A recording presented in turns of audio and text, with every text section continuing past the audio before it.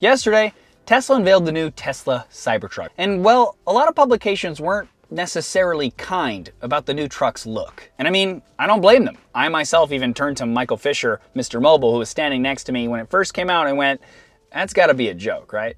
But after spending more and more time around the truck, my reaction went from that to, to, it doesn't look that bad, to, I actually think I kinda like it. Regardless of the jarring look though, for people to say that it won't sell because of that look is just ridiculous. Firstly, let's give a quick rundown of the highlights of the truck for anyone not familiar, and then let's talk about why it's gonna sell just fine. The body of the truck is actually the frame. The Tesla team designed it as a sort of exoskeleton instead of having a traditional frame and a body fitted on top, which makes it impressively strong and rigid as you can imagine. They even hit it with a sledgehammer to drive the point home.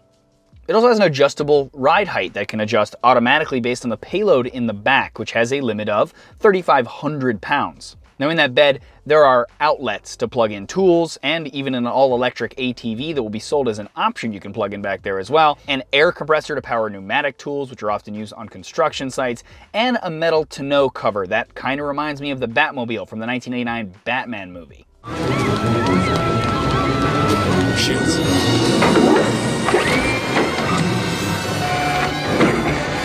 Performance-wise, the top model of the three models they have can tow up to 14,000 pounds, go from 0 to 60 in 2.9 seconds, and has a 500+ mile range on a single charge. On the inside, we have seating for 6 and a 17-inch touchscreen featuring Tesla's very much praised software for controlling everything, as well as their clever self-driving tech as well. Finally, the price starts at $39,900 and goes up to $69,900 for the top model, making it comparable to the top-selling vehicle in the US, the Ford F-150. Okay, now back to why the oddball look of this thing is not only going to not hinder sales, it might actually help them.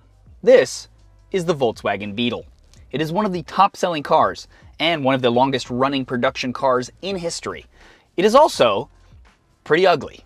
Back in the 1960s, a creative ad agency for Volkswagen in the US started a campaign based on its unusual appearance.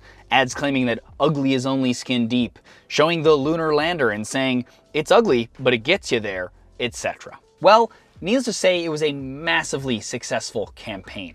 And other successful products that were deemed ugly include Uggs, actually named for the fact that the founder's wife called them ugly. Crocs, running ads saying ugly is beautiful with a photo of a bulldog.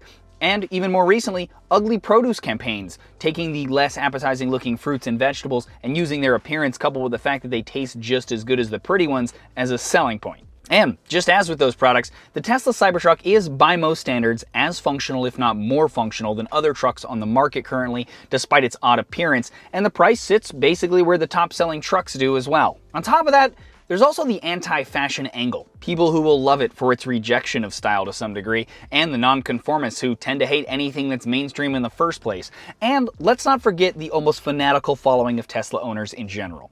Regardless of what it looks like, some people just want a Tesla truck.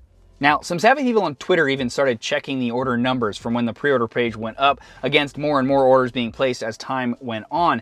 And if those numbers are sequential, which they probably are, there could be as many as 250,000 pre-orders already placed by the time I'm filming this video. Of course, placing a pre-order only costs $100 and a lot of people might not actually buy it at the end of the day when this actually goes on sale, but still, that's an insane amount of interest. Now look, none of this is to say that it will sell as well as an F-150, whose looks will appeal to a wider audience. It's a better option for people who can't put in a charger where they live, maybe, etc., etc. But when you ask a truck person what it is that drew them to the truck that they bought, you'll almost certainly get rattled off a whole list of features, including things like the towing capacity, the fact that they can bump it into things and not care about it, which, by the way, this truck can even do and maybe not even dent in the process, etc., etc. The one thing you almost certainly not hear at the top of that list, how pretty the truck is. There, guys. Hope you enjoyed that. Let me know in the comments below what you thought of this video. Also, if you like this video, please thumbs up it or share it. It's greatly appreciated. I'll leave a link below where you can check out more info on the Cybertruck. And also, I just launched a new series. I'll leave a link here. It's called Decoder. It's where I once a week explain a piece of technology. Go check that out and leave a comment there and let me know what you guys think of that series, if I should do more of them, other things you'd like to see me decode, etc. As always though, regardless, thanks for watching.